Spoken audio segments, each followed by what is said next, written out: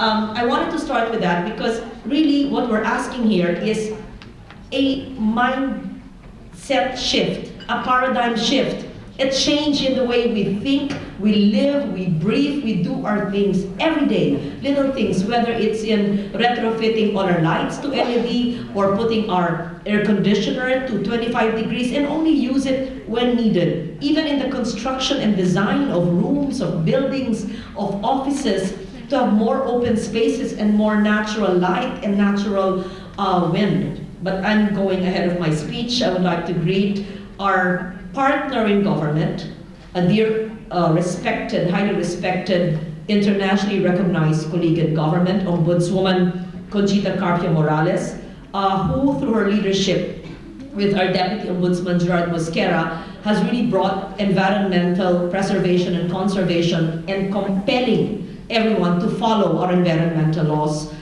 We are truly grateful that we have partnered with agencies such as yourselves and the DNR and the Commission on Audit, who are also doing an environmental audit, because laws are laws. They will just remain ink on paper, and they will just go into the archives of the history of the Senate as the most well-written, well-debated, and well-intentioned laws. But if not implemented by the executive and without the ombudsman helping us in implementing it will not be effective. Deputy Ombudsman Gerard Mosquera, Deputy Ombudsman Cyril Ramos, DNR Undersecretary Art Valdez, yes, a mountaineer and the creator of the Balanghay, Attorney Chudni Ngo, and all of those present here today. Allow me to thank and congratulate the Environmental Ombudsman Program and the Project Management Bureau of the Office of the Ombudsman for convening this interagency national workshop on high-profile environmental crimes. I'm honored to be part of this highly significant event, which coincides with a very important occasion, the Senate's centennial anniversary.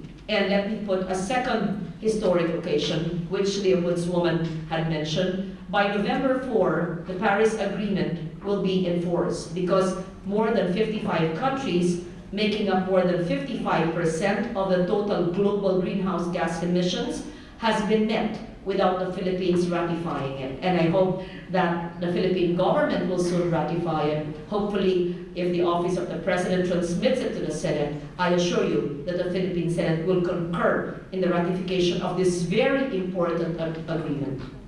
And so, a third most important occasion is the ratification of the Montreal Protocol, which was not even seen any news bit except in Washington Post or in New York Times, but this was, I guess, decided in Kigali just a few days ago, banning HFCs or hydrofluorocarbons. It may seem very technical, but those in the science and environmental field would know the importance of this because it would help in curbing climate change and global greenhouse gas emissions.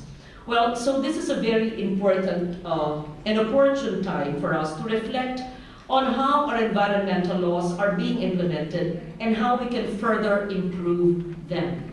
In the past years, if not decades, the Senate has crafted legislation that aimed to address environmental issues and pursue the sustainable path to development. It has been enumerated earlier when I was introduced, but let me complete the environmental laws that we have authored in our past 3 terms.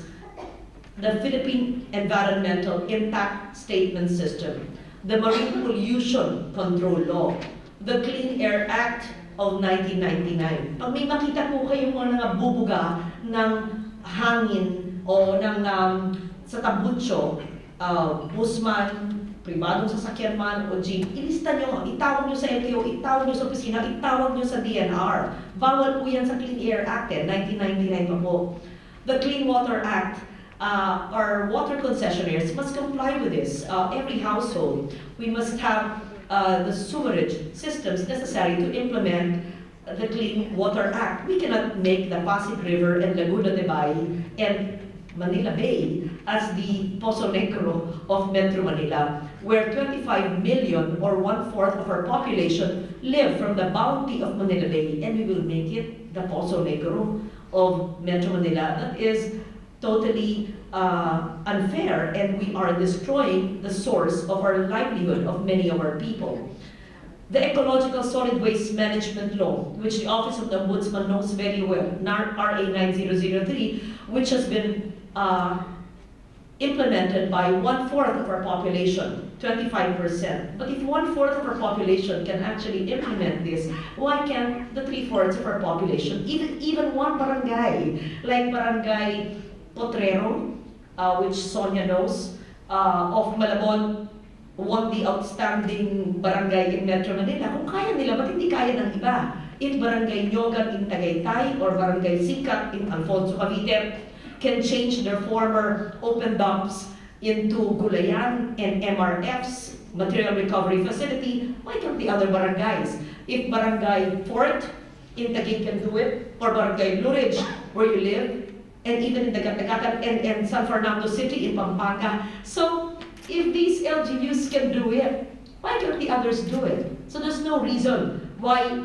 it cannot be implemented. And people say because it is not a good law, excuse me, it is a very good law, because it institutionalizes segregation of waste at source, recycling, and composting. They say, wag na lang, mag-incinerate na lang tayo, or waste to energy. But if it's implemented by some, why can't the others implement it? The Renewable Energy Law, a very new law, which I hope will be implemented in full, so that the 2,000 megawatt, is it? That will be depleted by 2022 because of Malampaya in 2022 can actually be replaced by renewables. The Environmental Awareness and Education Act, mainstreaming of issues of environment in our DepEd curriculum. The Climate Change Act, a very new law, 2009, only implemented a few years ago, that created the Commission on Climate Change. Would you believe and do you know that the head of the Climate Change Commission is a President of the Republic of the Philippines? Not even a secretary. That's how powerful the law should be. 35 degrees. Yeah, you can tell the management, yeah, they should learn too. So the Climate Change Act created the Commission on Climate Change, and with 3 commissioners, but the President of the Republic, I think this is the most important law mandating the President, and he should convene. It would be good if they could convene the Commission.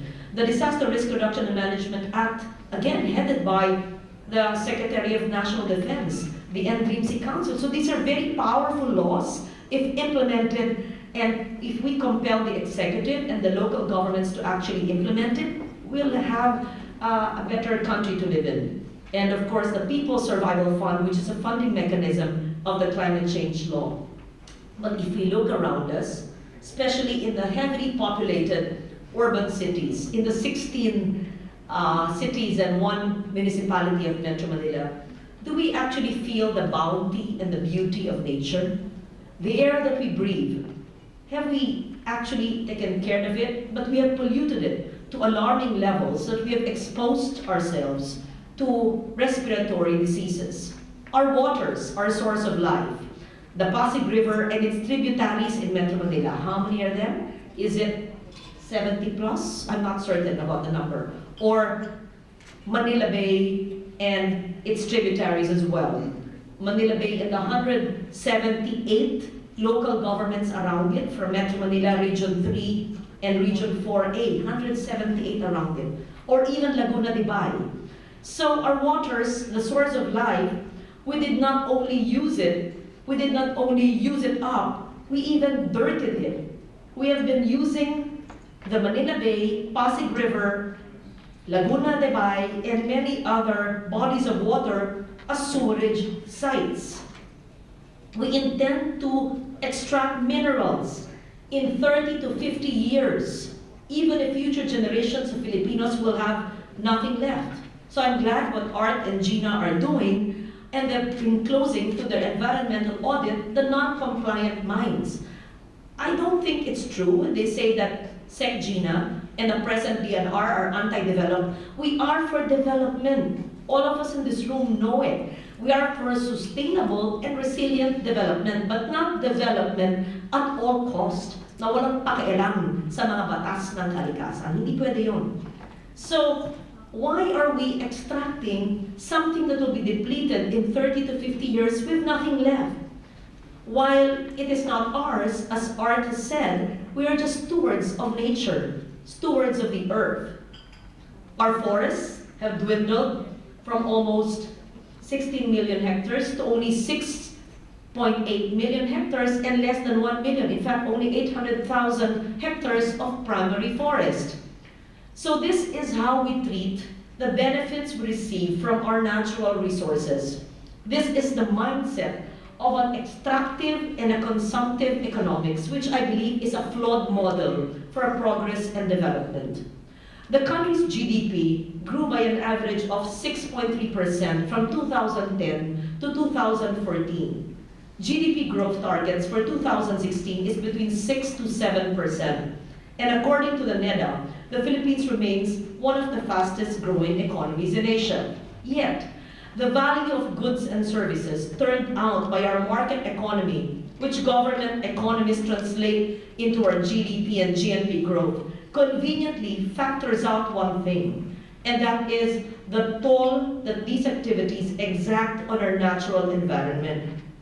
I think when we compute our gross domestic product, we should incorporate the toll it has on our health, the respiratory, upper respiratory and pulmonary ailments, in the communities and LGUs that host all these coal plants, where mining communities are done. Do communities really appreciate and benefit from hosting these mines? Has the Bawak River that was desecrated decades ago been rehabilitated? Or are the fisher folks of Marinduque still poor? Yes, they are, and in many other areas. So this is the unreported or underreported truth in our growth stories. For every percentage rise in our economic activity, for every point up in our economic charts, there are hectares of wondrous and thriving biodiversity that are extracted from our natural environment. Economic gains from exploiting and extracting through unsustainable mining, illegal logging, overfishing, and unabated industrial production enter into statistical columns for gain and growth. In contrast, irreparable harm and lasting damage are not made part of the gain-loss equation. The skewed emphasis on the gains has caused government to fail on a policy imperative to provide the necessary measures to enhance the restorative capacity of our ecosystems, to nurture nature, to bring our soil, our seas, our forests, our mountains, our vulnerable populations and communities back to health and to vibrancy. In short, to heal Mother Earth, as we would call it, CPR. Hindi ba? Pag may na-atake, pag may nakakasait, CPR. So it's CPR economics to conserve, to protect, and to restore our environment, and that's the kind of economics we need. It seems we have forgotten that we are not the only children of the earth. Our flora and fauna are our brothers and sisters, and the planet is our home.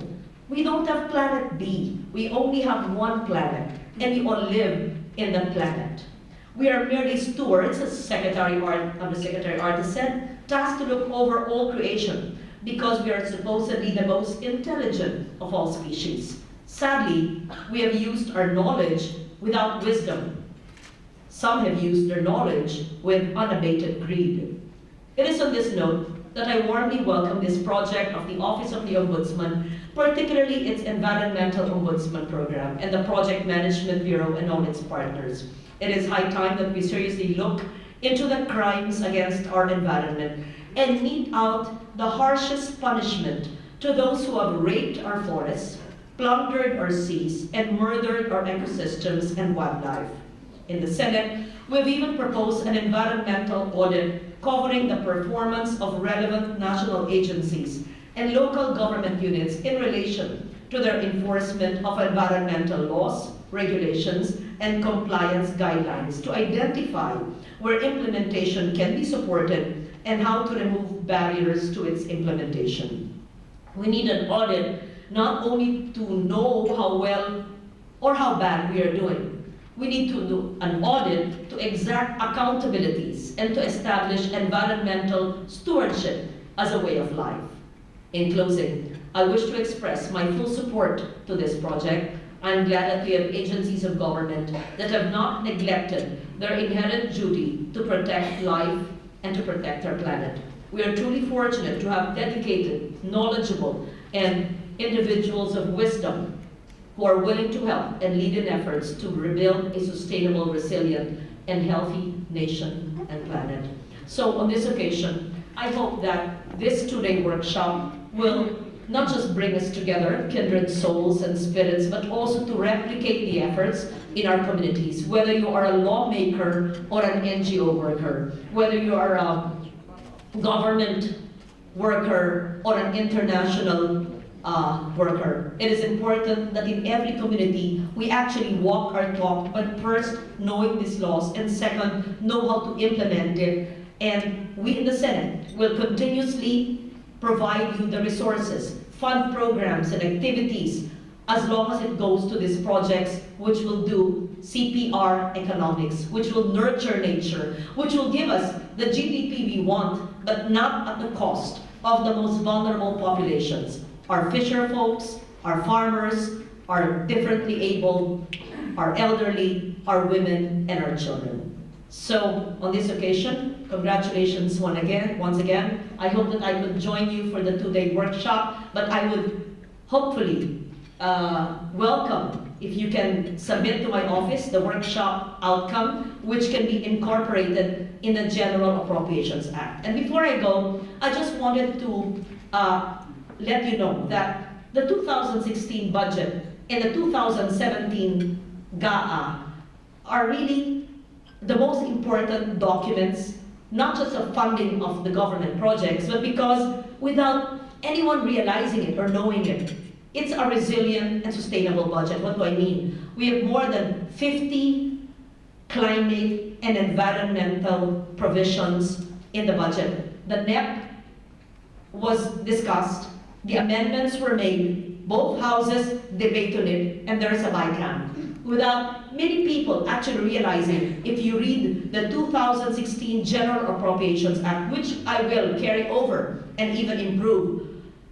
the UNISDR has given us inputs which we've incorporated. It is a budget which has special and general provisions in almost every agency of government. If followed by the executive, will make our country really better.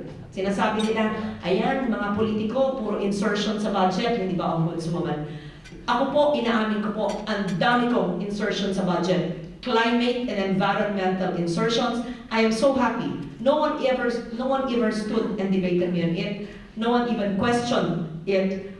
Even the creation of water catchments in every barangay, the use of geohazard before you construct a DepEd school building, the database of biodiversity in every state university and college, the promotion of renewable energy, gudayan sa paaralan in every DepEd school. So all these provisions, whether general or special provisions, are incorporated in our 2016 and 2017 budget, and I'm very, very proud of that. So I would welcome the output of this workshop so that when we finalize the budget by first week of November, you can submit it to me within the week or by next week. We can study it, and if not yet in our 2016 GAA, let it be your contribution in enhancing our 2017 GAA. With that, I thank you very much. Pasensya na, Gerard, may homework ka ngayon sa akin.